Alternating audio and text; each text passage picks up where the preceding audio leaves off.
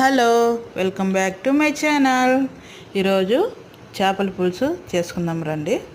కళాయి పెట్టి ఆయిల్ వేసి అందులో జీలకర్ర ఆవాలు, ఆనియన్స్, పచ్చిమిర్చి, కరివేపాకు అవి వేగిన తర్వాత ఉప్పు, కారం, పసుపు, మసాలా వచ్చేసి కొబ్బరి, ఎల్లిపాయలు, అల్లం, కొత్తిమీర, చెక్క, లవంగాలు, మిరియాలు, కాస్త జీలకర్ర ఇవన్నీ గ్రైండ్ చేసుకొని వేసుకున్నాను. తర్వాత చింతపండు పులుసు వేసుకున్న తర్వాత పులుసుతోనే ముక్కలు ఉడికితే స్మెల్ రాకుండా నీచు వాసన పోయి కమ్మగా ఉంటుంది.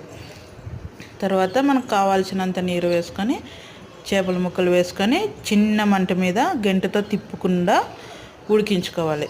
జస్ట్ ఒక 5 నిమిషాలు లోపే అయిపోతుందండి. సాఫ్ట్గా ఉంటాయి కదా, ఎక్కువ టైం అవసరం లేదు. మీరు కూడా ట్రై చేయండి. అలాగే లైక్, షేర్.